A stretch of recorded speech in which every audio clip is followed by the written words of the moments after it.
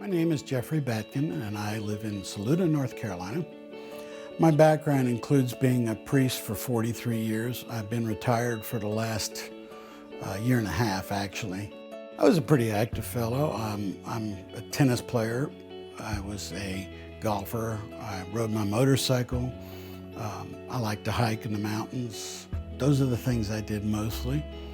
As I was out working in my yard one day using a blower to take care of my leaves.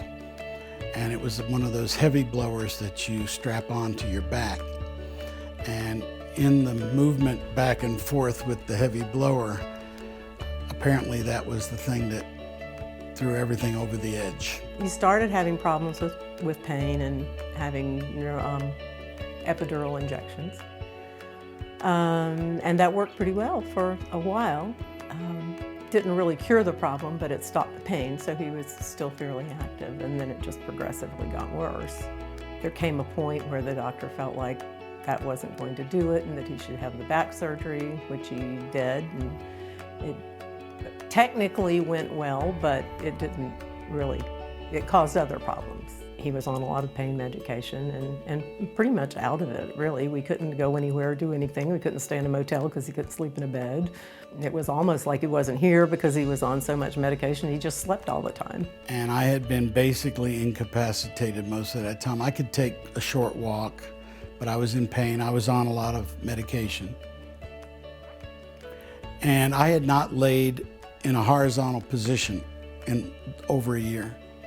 The process of having the test neurostimulator for me was very easy. They walked him back to the room where I was waiting and connected everything and turned it on, and he was amazingly much better. I mean, he stood up and he walked down the hall and didn't have any pain. I mean, there was a noticeable difference. It was like instantaneous.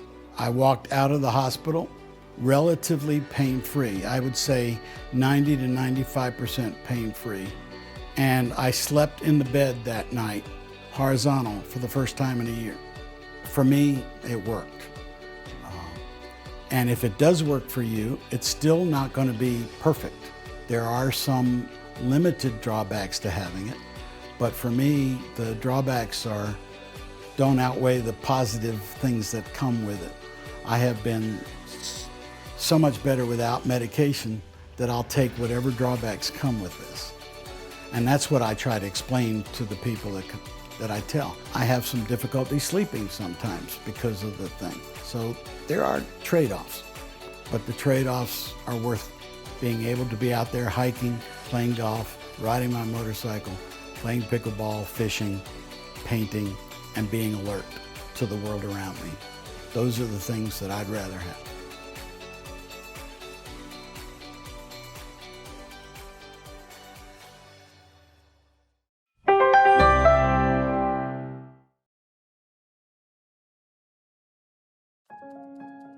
These are actual patient stories.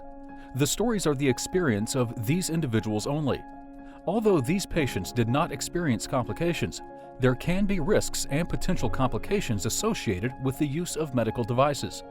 If you are interested in learning more, please consult your physician. CE marking does not necessarily indicate regulatory approval status for all markets. Please refer to the instructions for use for a full listing of indications, contraindications, warnings, and precautions. RX only. Brief summary. Prior to using these devices, please review the instructions for use for a complete listing of indications, contraindications, warnings, precautions, potential adverse events, and directions for use. Indications for use. Spinal cord stimulation as an aid in the management of chronic, intractable pain of the trunk and/or limbs, including unilateral or bilateral pain associated with the following: failed back surgery syndrome and intractable low back and leg pain. Contraindications: Patients who are unable to operate the system or who have failed to receive effective pain relief during trial stimulation. Warnings, precautions. Diathermy therapy, implanted cardiac systems, magnetic resonance imaging, MRI, explosive or flammable gases, theft detectors and metal screening devices, lead movement, operation of machinery and equipment, postural changes, pediatric use, pregnancy and case damage. Patients who are poor surgical risks with multiple illnesses or with active general infections should not be implanted. Adverse effects: painful stimulation, loss of pain relief, surgical risks, e.g. paralysis. User's guide must be reviewed for detailed disclosure.